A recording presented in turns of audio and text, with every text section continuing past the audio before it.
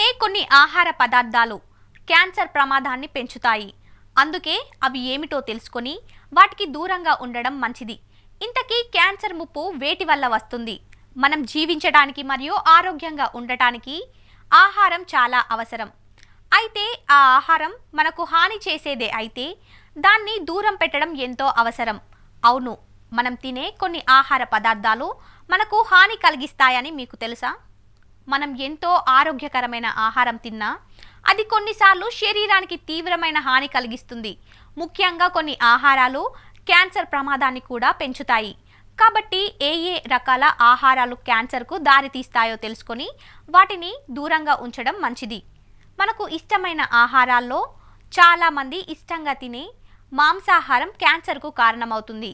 ఇది మీ కణాల డిఎన్ఏని మారుస్తుంది. ఇది మీ క్యాన్సర్ ప్రమాదాన్ని పెంచుతుంది. అలాగే వేయించిన ఆహారాన్ని ఎక్కువగా తినడం వల్ల కూడా కొన్ని సందర్భాలలో క్యాన్సర్ ప్రమాదాన్ని పెంచుతుంది. వేడి చేసిన వంట నూనెను వంట కోసం మళ్ళీ ఉపయోగించడం వల్ల క్యాన్సర్ వచ్చే ప్రమాదం పెరుగుతుంది. అంతేకాదు, ప్రాసెస్ చేసిన మటన్ని కూడా ఎక్కువగా తినడం వల్ల కొన్నిసార్లు క్యాన్సర్ ప్రమాదాన్ని పెంచుతుంది.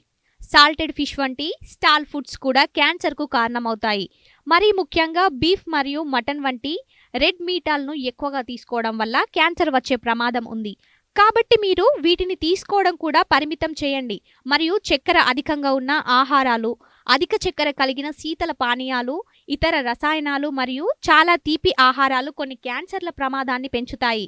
అంతేనా, ప్రతి మనిషి అతిగా తినడం వల్ల కొన్ని క్యాన్సర్లు వచ్చే ప్రమాదం ఉంది.